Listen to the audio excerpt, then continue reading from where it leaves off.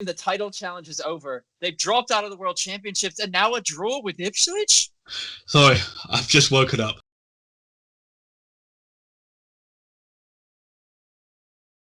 Ladies and gentlemen, welcome back to the Oxford United Review Show, hosted by Very Biased Opinions. As many of you know, I'm Tom. This is Superfan Ian, and we are coming into a match that sees Ipswich Town hosting Oxford United.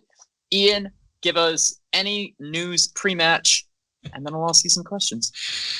Yes, so going into this game, I mean, Oxford, the last game they played was the Papa John's World Championship, so the team is obviously much changed from that one. If you watched our preview video, you would say that I got the starting lineup pretty much right. The main difference to what I said there was that Sykes came in and started in midfield. I said it would either be Henry or Sykes, and Brandon Barker started on the wing instead of Shodipo, which seems like we're just seeing a rotation between those two players. Elliot Lee comes back into the starting lineup playing on the right wing, but a good lineup for Oxford United against an Ipswich Town side who are under the cosh, made 7 changes, but a notably Norwood, Bishop and Judge coming back into the side. They are their main threats, and obviously the Parrot Man getting another go up top. But you would fancy Oxford to win this one, Tom. We've talked about it being a tight game, but with Ipswich Town reeling and really struggling, you'd like to think that Oxford would find a way to win this game.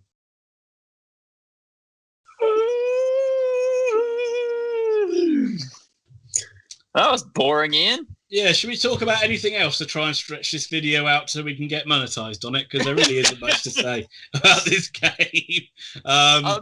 I think if you'll allow me to, Ian, instead of talking about the first half and the second half, just tell me about chances for both sides and when they happened. Sure. Let me just start by doing my usual thing, and let's just say this one was a boring game. Oxford were really poor in it and hardly created anything. It finished Ipswich Town 0, Oxford United 0, and yeah, a game where it felt like Oxford just never got going in it. We talked about didn't have the need to start the game at 100 miles an hour and come out the blocks and press, which they didn't. But they never really got into their groove. They never really seemed to be fluent going forward. They defended okay and resolutely, but from an attacking point of view, they really created very little.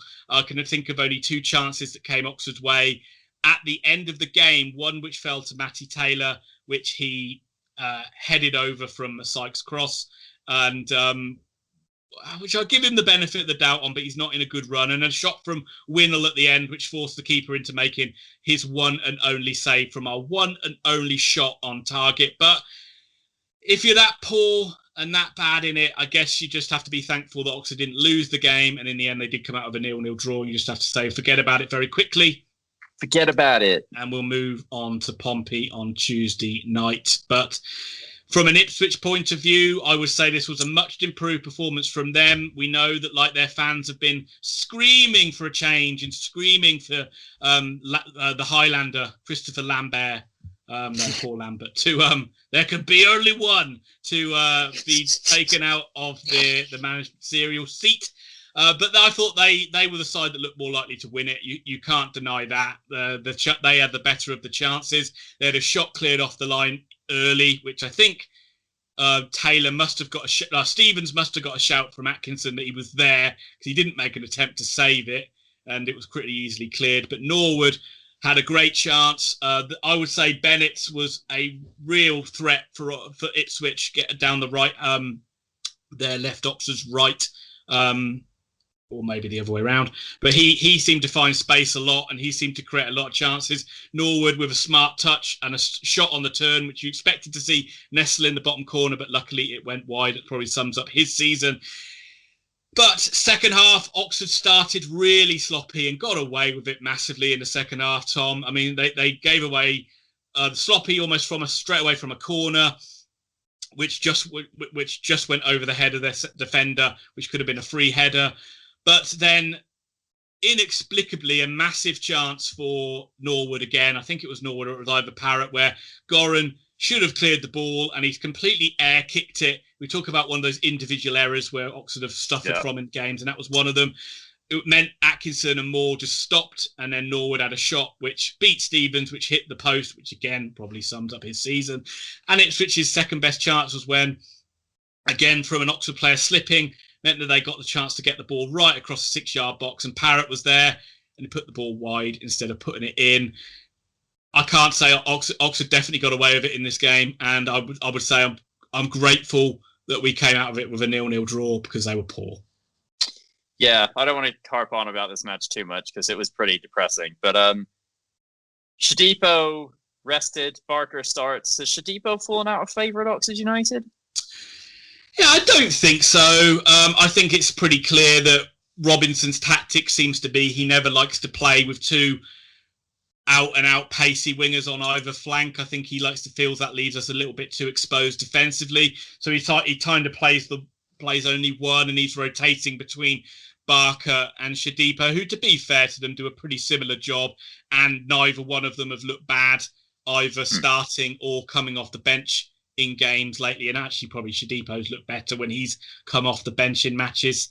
And I thought from an attacking point of view, probably Brandon Barker probably was the best player for Oxford in terms of when he did get the ball, he did look to turn defence into attack quite quickly. Taylor's form couldn't hit a barn door, Ian. What is going on? Yeah, he's been struggling of late. I mean, a case in point, the game against Tranmere was an absolute horror show for him. At least in that game, he was getting into areas. Again, you could say he got into areas, but Oxford didn't really create a lot. I thought Sykes had a fair game for Oxford today. The one he tried to make things happen, and he did get Brannigan played him in behind, but I just think that the cross was just a little bit too hard, and Taylor just couldn't get up in time to get over the ball. You'd think if Winner was on the pitch, he probably would have scored. It was close. It was close. If he's in form, they go in. If he's out of form, it goes over. But I can understand any Oxford fans who will be giving Matty Taylor a bit of shit for that one. Right. Speed round. 2 questions before I lead us out of this, Ian. Defence was very solid today. Another clean sheet. Stevens looking good in goal. Absolutely, yeah. The back line looking very solid, particularly, Stevens very comfortable with the limited amount of work he had to do. But in terms of the crossing and catching and stuff like that was very, very easy for him.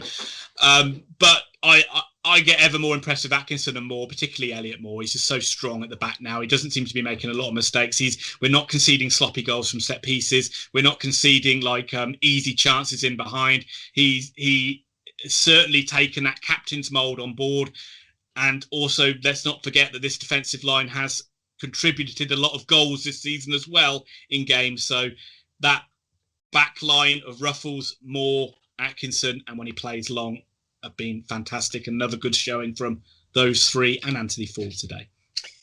Before I give you your last question, allow you to essentially take us out with a broad question. I thought Ipswich were quite impressive in the fact that they've come back from almost failing against Northampton to almost beat Oxford. They played quite well, and I think a lot of credit needs to go to them. And I know you've given them the credit. I'm just reiterating, when you watch the match, if someone deserved to win, it was probably Ipswich. Absolutely.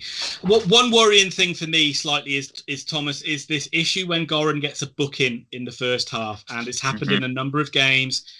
That's the player he is, but when he does get that booking in the first half, he goes into his shell a lot, and you really don't see a lot from him. You often see him taken off quite early in the second half. And this was the case as well. And then Brannigan had to drop into that deeper role.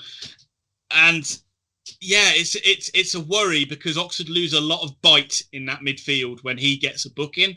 And I'd certainly say that was a contributing factor to Ipswich being able to impose themselves a bit more on Oxford in this game than maybe we thought they would do.